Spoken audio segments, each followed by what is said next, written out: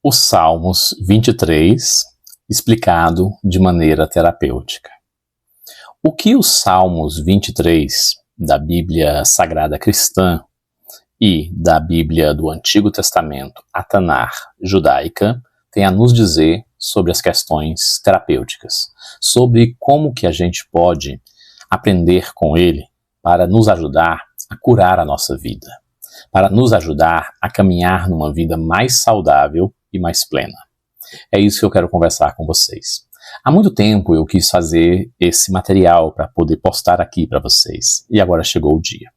Eu vou ler esse material em língua portuguesa, e essa é uma versão em português. Depois eu explico um pouquinho dela na versão hebraica, original do Antigo Testamento, e como que a gente vai tratar isso aqui de maneira terapêutica, e eu vou me ater especificamente ao primeiro versículo do Salmos 23 e o quarto versículo do Salmo 23. E de lá eu vou pular para algumas outras leituras que irão nos ajudar a compreender melhor o que o Salmos 23 tem de terapêutico para a gente conversar hoje. Eu vou ler primeiro o texto todo, tá certo? Então vem comigo. O Senhor é o meu pastor, diz o texto após a vírgula. Nada me faltará. Deitai-me faz em pastos verdejantes. Guia-me mansamente às águas tranquilas. Refrigera minha alma, guia-me pelas veredas da justiça por amor do seu nome. Ainda que eu andasse pelo vale da sombra e da morte, não temeria mal algum, porque tu estás comigo. A tua vara e o teu cajado me consola. Preparas uma mesa perante mim na presença dos meus inimigos. Alguns textos traduzem na presença dos meus adversários. Unge a minha cabeça com óleo e o meu cálice transborda. E aí ele completa e conclui. Certamente, alguns textos colocam assim, que a tua bondade, aqui ele escreveu certamente que a bondade, mas ele se refere, certamente que a tua bondade e a misericórdia me seguirão todos os dias da minha vida e habitarei na casa do Senhor por longos dias. Pois bem, o Salmos 23 que começa com o Senhor é meu pastor e nada me faltará, em hebraico ele não está assim. Há quem diga que é o Senhor é meu pastor e apenas aquilo que eu preciso não me faltará. Só que muitas vezes você vai observar na Bíblia que às vezes o que você precisa também lhe falta. Então a primeira coisa que está errada nessa tradução do hebraico, que é a língua original dos hebreus que escreveram esses salmos, especificamente nesse caso aqui o salmista Davi, é que do hebraico para o português eles traduziram o Senhor é meu pastor, vírgula, nada me faltará. Então ele está dizendo que eu terei tudo. Já que nada me faltará, eu terei tudo. E obviamente, quando você olha a realidade à sua volta, falta muita coisa. Inclusive a pessoas que são cheias de amor, caridade, bondade, pessoas cheias de fé e espiritualidade, falta até água e às vezes comida. Nos originais da Bíblia, onde consta essa verdade, está diferente. Ele está escrito o seguinte: alguns traduzem como o Senhor é meu pastor e o que eu necessito não me faltará. Só que nem isso, na verdade, também não é verdade. Porque às vezes o necessário também falta. Nos originais da Bíblia está escrito: o Senhor é o meu pastor, Jeová Roé, e Ele não me faltará. E quando você lê sobre essa perspectiva, o resto do texto faz sentido. Porque, veja comigo, vamos ler de novo. O Senhor é o meu pastor, Jeová Roé, e Ele não me faltará quando? Quando eu precisar de deitar em pastos verdejantes, quando eu precisar de ser guiado em águas tranquilas, quando eu precisar que tu refrigeres a minha alma, quando eu precisar que tu me guies pela vereda da justiça, porque a minha justiça não é suficiente para poder bancar. Quando eu precisar do teu amor e do teu nome, quando eu precisar que tu refrigeres a minha alma e me faça andar até mesmo pelo vale da sombra e da morte, que é o texto que eu quero fixar hoje aqui com a gente na explicação. Eu não temerei mal algum por um motivo muito simples, porque tu estás comigo. Então Ele não me faltará, tu estás comigo. E então a tua vara e o teu cajado me consolam. E essa é a grande dúvida que eu passei uma vida inteira tentando entender. Já já a gente conversa sobre isso. E então tu que estarás comigo e nunca me faltarás, tu não me faltarás, Ele não me faltarás, tu prepararás para mim uma mesa, um banquete na presença daqueles que querem e me odeiam e me querem o mal, sejam inimigos, adversários, o que forem. E tu ungirás a minha cabeça com óleo para que eu esteja com a mente tranquila. E então minha cabeça transbordará dessa paz e tranquilidade, porque tu estás comigo. Certamente que a tua bondade e que a tua misericórdia, que estás comigo, que nunca me faltará, todos os dias da minha vida, poderão me permitir que eu habite na casa. Aqui é o templo, a casa do Senhor, por todos os meus longos dias. Bom, nesse sentido, eu queria agora explicar para vocês o que é que os Salmos têm de terapêutico. Deixa eu explicar para você. Uma vez você tendo entendido que o Senhor é meu pastor e Ele não me faltará, é essa a tradução correta do hebraico para o português e para qualquer língua, então vamos nos ater aqui a uma parte muito interessante.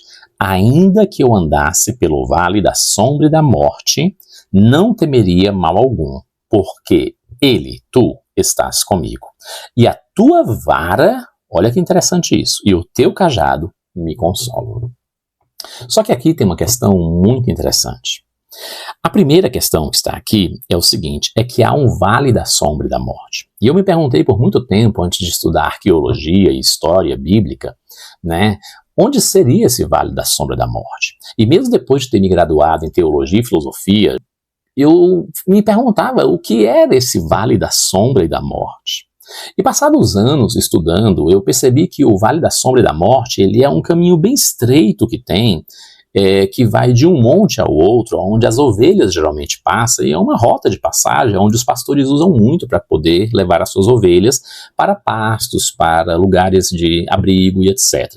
Esse vale, na época do rei Davi, ele era muito conhecido, o Vale da Sombra e da Morte. E ele era um estreito caminho que só passava uma ovelha de cada vez em fila indiana, uma ovelha após a outra. O pastor ia na frente, depois as ovelhas iam em seguida, e então elas passavam após o pastor. O pastor passava, depois a ovelha, depois a outra ovelha, e uma ovelha de cada vez andava esse caminho do Vale da Sombra da Morte. Mas lembre, ele é muito estreitinho. Se a ovelha se desviar do caminho, ela cai no Vale da Sombra da Morte, que é um abismo. E então, eu me perguntei uma outra coisa. Por que eu confiando nele, e sabendo que eu não devo temer esse mal, que é o Vale da Sombra e da Morte, porque ele está comigo, por que é que a vara, justo a vara, que é utilizada para poder conduzir e às vezes até bater na ovelha, e o cajado, é como se fosse um guarda-chuva, assim, a haste do guarda-chuva, passa na gola da ovelha muitas vezes para devolvê-la ao caminho, por que algo tão agressivo consolaria uma pessoa? E então eu descobri que quando a ovelha se desvia do caminho do Vale da Sombra e da Morte ali, e ela cai no abismo, o pastor ele está pronto com o cajado, que é como se fosse um anzol, assim, que nem um guarda-chuva, e ele vai lá e pega pelo pescoço dela e puxa ela de volta e põe no caminho ou nos braços dele. Então, aqui o salmista diz que a tua vara, e nesse caso o seu cajado, que é esse gancho que pega pelo pescoço e puxa para o caminho, ele me consola. Porque eu sei que tu estás comigo e que tu não deixarás eu cair no abismo. E quando eu desviar do caminho que tu me conduzes, mesmo que seja no vale da sombra e da morte, e eu desviar e cair no abismo, eu não cairei até o fundo do abismo, porque tu irá com teu cajado de amor e me resgatará, nem que seja pelo pescoço, puxando de volta para o teu caminho e para os teus braços, se necessário for.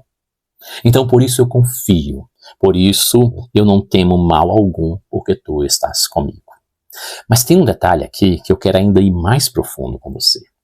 Que é quando ele diz o seguinte, a tua vara, não só o teu cajado, mas a tua vara me consola.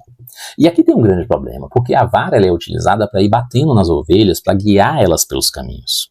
E muitas vezes ela é usada para quebrar a ovelha. Vou dar um exemplo para você.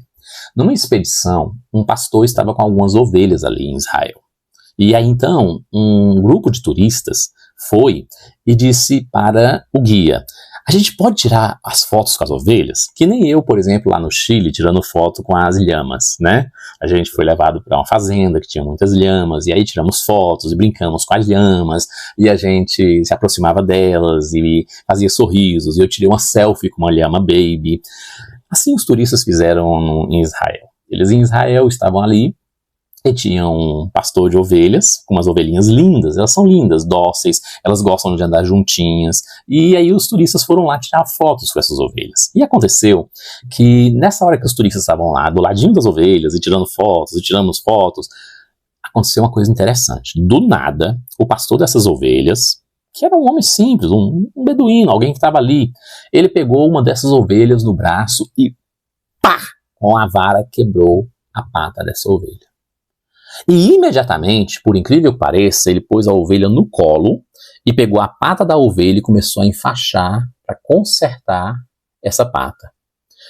Os turistas que estavam ali disseram, meu Deus, mas que coisa louca, ele é doido, é? Aqui não tem uma sociedade de proteção aos animais? Porque esse homem quebrou a pata da ovelha assim do nada.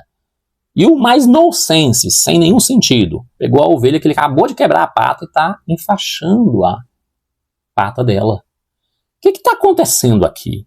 E então o guia foi procurar o pastor para saber por que ele tinha feito isso. Quantas vezes a gente não procura saber por que ele faz essas coisas com a gente? E então o pastor respondeu, não, é porque essa ovelha ela é muito inquieta. E ela vive fugindo dos caminhos das outras ovelhas. E a ovelha tem algo muito específico. Ela não consegue viver só.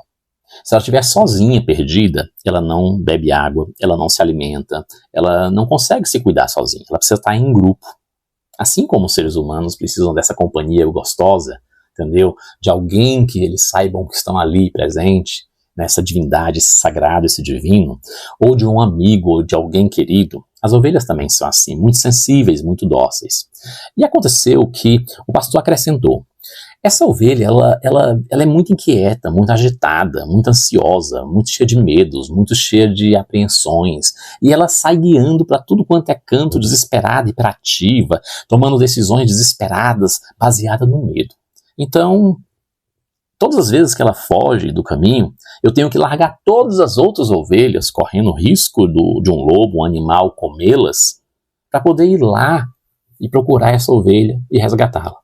Então, para evitar que ela se perca, para evitar que as outras ovelhas fiquem em risco, para evitar que ela corra risco se perdendo e eu tenha que buscá-la e não encontrá-la, e de repente, ao encontrá-la ferida, machucada ou até morta, eu tive que quebrar agora a pata dela, para que ela possa, com a pata enfaixada, andar por um tempo no meu colo.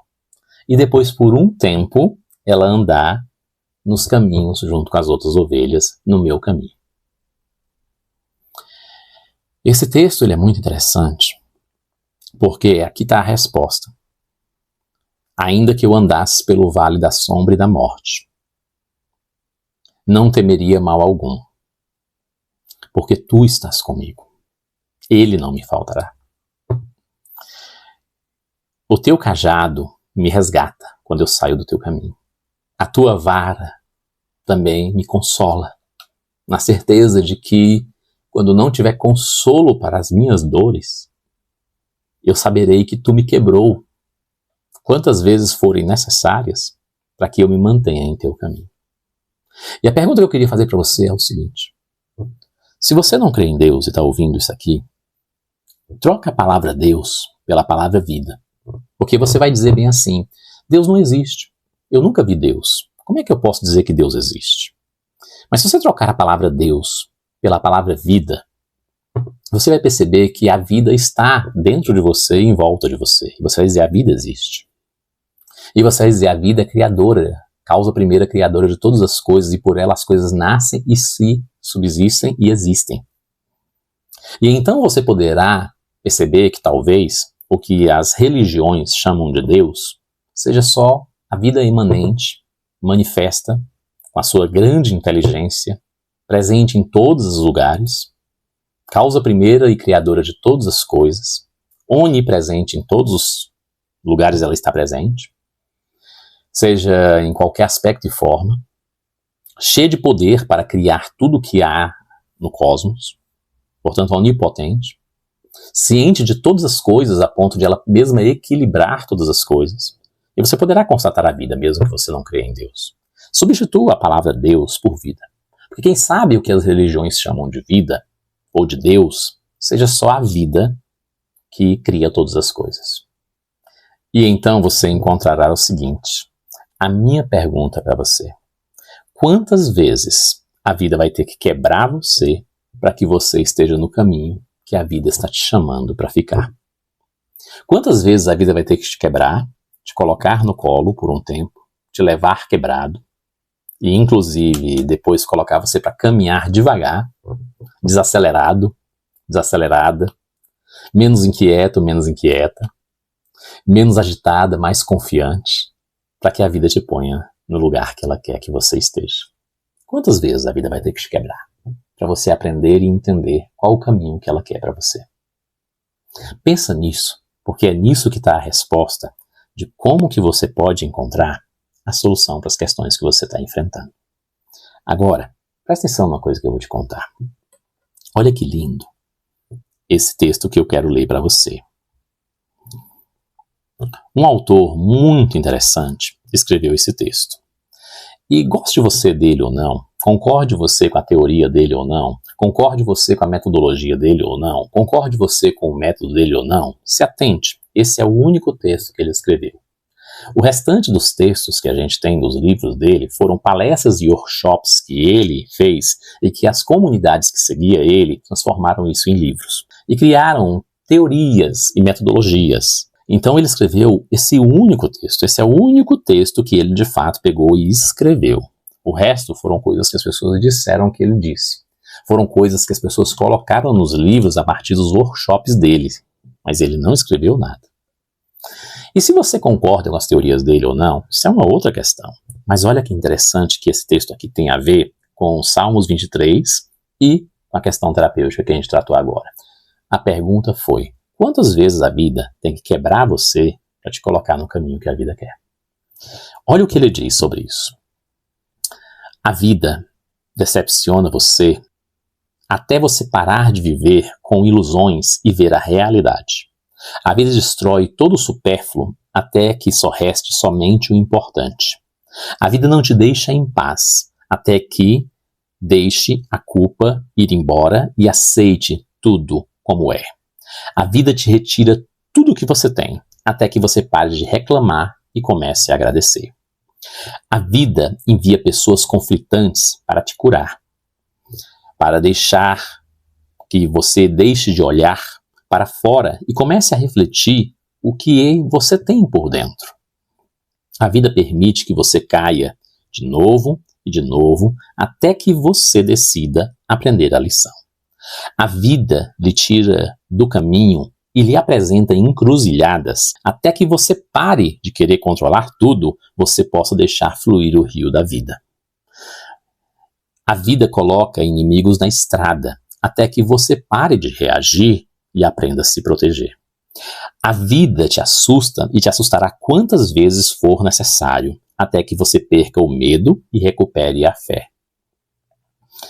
A vida tira o seu amor verdadeiro, até que você pare de tentar comprá-lo. A vida lhe distancia das pessoas que você ama, que você entenda que não somos esse corpo, mas essa alma em quem esse corpo contém. A vida ri de você muitas e muitas vezes, até você parar de levar tudo tão a sério e começar a rir de si mesmo. A vida quebra você em quantas partes forem necessárias para que a luz penetre em ti. A vida confronta você com rebeldes até você parar de tentar controlar tudo e todos. A vida repete as mesmas mensagens, se for necessário com gritos e tapas, até você finalmente ouvir. A vida envia raios e tempestades para acordá-lo e acordá-la. A vida humilha e por vezes detona de novo e de novo até você decidir deixar o seu ego morrer. A vida lhe nega bens e grandezas, até que você pare de querer bens e grandezas e comece a servir. A vida te corta as asas e poda suas raízes, até que você não precise de asas nem raízes. E até que você entenda que você pode voar. A vida lhe nega milagres, até que você entenda que tudo é um milagre. A vida encurta seu tempo, para que você se apresse em aprender a viver. A vida te ridiculariza, até você se tornar nada, ninguém. E, então, torna-se tudo. A vida não te dá o que você quer, mas o que você precisa para evoluir. A vida te machuca e te atormenta até que você solte seus caprichos e birras e aprecie a respiração. A vida te nega Deus até que você possa ver Deus em tudo e em todos. A vida te acorda, te poda, te quebra, te desaponta, mas creia, tudo isso é para que se manifeste o seu melhor, até que só o amor permaneça em ti. Esse texto, ele por si só explica o quanto que a vida nos traz situações de vale de sombra e morte e nos quebre. Para que a gente entenda o que a vida quer de nós. E quem fala isso para você é um homem que nunca teve um dia de depressão, mas teve muitos dias tristes. Que foi quebrado muito pela vida. E cada dia está tentando entender cada vez mais e mais o caminho que a vida quer para mim. E quanto mais eu entendo qual é o caminho que a vida quer para mim, e vou caminhando no caminho que a vida me propõe, mais eu sinto que Ele está comigo. E que eu não preciso temer nada, e eu vou me libertando dos meus medos, e vou me sentindo confiante e seguro.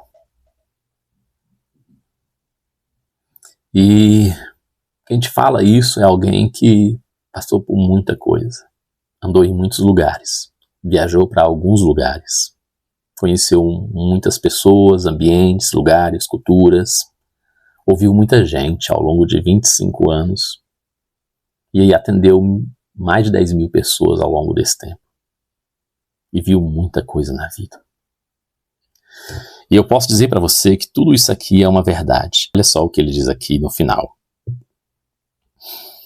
A vida te acorda, te poda, te quebra, te desaponta, mas creia, isso é para o seu bem, é para que se manifeste o seu melhor. Só o amor permaneça em ti.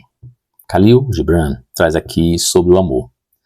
No livro O Profeta, é perguntado o profeta, que lá o personagem é Al-Mitrar, fale-nos do amor, fale-nos do amor. E então ele começa dizendo assim: quando o amor vos chamar, segui-o. Ainda ou embora que os seus caminhos sejam duros e inclinados. Olha que interessante. Quando o amor vos chamar, segui-o. Ainda que seus caminhos sejam agrestes e encarpados. Ainda que sejam duros e inclinados. Não parece o vale da sombra da morte, esses caminhos duros e inclinados? Mas quando o amor vos chamar, mesmo que seja para andar no vale da sombra e da morte, segui-o. Sabe por quê? Olha o que ele vai fazer com você. Eu vou pular aqui para essa outra parte do texto que vai dizer aqui o seguinte: porque o amor vos debulha até vos despir completamente. Peneira-vos até remover todas as cascas. Ele mói-os até que você alcance a extrema brancura. Ele vos amassa até que estejais moles e dóceis, flexíveis e resilientes. Ele vos lança ao fogo sagrado para que vós torneis o pão sagrado, abençoado do sagrado banquete divino. Todas essas coisas o amor vos fará, até que possais conhecer os segredos dos vossos corações, e para que, com esse conhecimento, vos torneis um pedaço do coração da vida. Esse é uma parte do trecho do livro O Profeta, de Khalil Gibran, onde ele, no primeiro capítulo, fala sobre o amor. Você já percebeu que o Salmos 23, escrito por Davi, há mais de 2.500 anos atrás, ele fala a mesma coisa que o texto do autor que nós acabamos de ler, o Bert Helling. E este texto do Bert Helling fala a mesma coisa que está no livro de Khalil Gibran, que é um livro de contos do Líbano. Você consegue compreender que a mesma mensagem está lá no mundo dos hebreus, no Antigo Testamento, com Davi, há mais de 2.500 anos, no deserto, e que no meio de Jerusalém, Israel e toda aquela geografia ali, você consegue perceber que essa mesma mensagem está aqui na Europa e depois nas Américas, com Bert Helling. Você consegue perceber que esse mesmo texto está aqui, com Khalil Gibran, entendeu? Que nasce em 6 de janeiro, um dia depois do nascimento da minha mãe, de 1983, e ele morre em 10 de abril de 1931. Você percebe isso, que esse mesmo texto, e aí ele está no Líbano, lá no mundo árabe, o extremo oposto do mundo judaico, tanto geograficamente quanto culturalmente. E o extremo oposto das nossas culturas europeias e americanas da Américas. Mas olha que interessante, que eu quero que você venha aqui comigo e preste atenção. Na Suíça, Carl Gustav Jung, um médico que criou a análise, ele não criou a psicologia analítica, nem a psicanálise analítica, não, ele criou a análise, ponto, só isso. Ele foi médico, depois ele especializou em psiquiatria, quando a psiquiatria logo surgiu, e depois ele tinha estudado com um neurologista médico, Freud. E estudou a psicanálise a partir de muitos estudos das análises que ele já tinha feito. Então ele juntou a análise que ele já tinha estudado, a psicanálise de Freud. Por um tempo eles caminharam juntos, depois eles se separaram, e Freud continuou a psicanálise e Jung continuou a análise. E depois de ele desenvolver a análise, que depois muitas outras ciências se apropriaram desse estudo, o Jung escreveu um texto que tem muito a ver com essa nossa conversa hoje aqui. Olha que texto interessante. Aqueles que não aprendem nada sobre os fatos desagradáveis das suas vidas forçam a consciência cósmica para que os reproduzam tantas vezes quanto for necessário para aprender o que te ensina, o drama do que te aconteceu, o que tu negas te submete e o que tu aceitas te transforma. É tão complexo as coisas que o Jung escreve que a gente precisa às vezes ler de novo. Olha que interessante. Aqueles que não aprendem nada com os fatos desagradáveis das suas vidas. Porque o Jung, ele era um cara muito místico. Ele acreditava em muitas coisas. Então ele diz aqui, olha, e por ele ser muito místico e ele ter acreditado em muitas coisas de fé espiritual e não ligado a nenhuma religião, olha como ele escreve. Aquele que não aprende nada sobre os fatos desagradáveis das suas vidas força a consciência cósmica. Olha a linguagem mística, que ele fala do cosmos, da vida, forçando o cosmos e a vida a fazer o quê? Que repita, que reproduza tantas vezes quanto for necessário para que tu aprendas o que te ensinas, o drama do que te aconteceu. O drama, a experiência dolorosa que lhe aconteceu, tem algo que você precisa aprender e curar em você essas questões e problemas psicoemocionais. Do contrário, a vida te nega, te submete. Porque o que tu negas, isso te submete. E o que tu aceitas, isso te transforma. E as pessoas confundem aceitar com concordar. Aceitar não é concordar. Aceitar é mesmo discordando, você. Aceitar é mesmo discordando, você manter o seu coração e a sua mente em paz, para poder buscar uma solução se necessário, sem desistir, porque há momentos que é preciso desistir de caminhos errados, e, então, encontrar essa solução. Aceitar não é concordar. É mesmo discordando, você buscar uma solução, persistir, e então, até que você encontre a solução, você mantenha o seu coração em paz. Então, aceitar é manter o coração e a mente em paz enquanto você não desistindo, busca e persiste até encontrar uma solução. Isso é. Para fechar, deixa eu transformar isso em palavras mais simples, as palavras do Jung. A vida em seus contornos irá repetir as coisas quantas vezes forem necessárias para que você possa resolver questões e problemas psicoemocionais em sua vida que estão pendentes. E enquanto você não aprender isso, a vida vai continuar repetindo. E isso é o que formam os padrões das pessoas, famílias, gerações e toda uma cultura. Entenda, enquanto você não resolver as questões que estão na sua vida, a vida vai repetir. E ela vai te quebrar até que você vá para o caminho que ela quer. Porque só no caminho que a vida quer é que existe vida para que você tenha uma vida plena. Bom, essa é a minha conversa com você.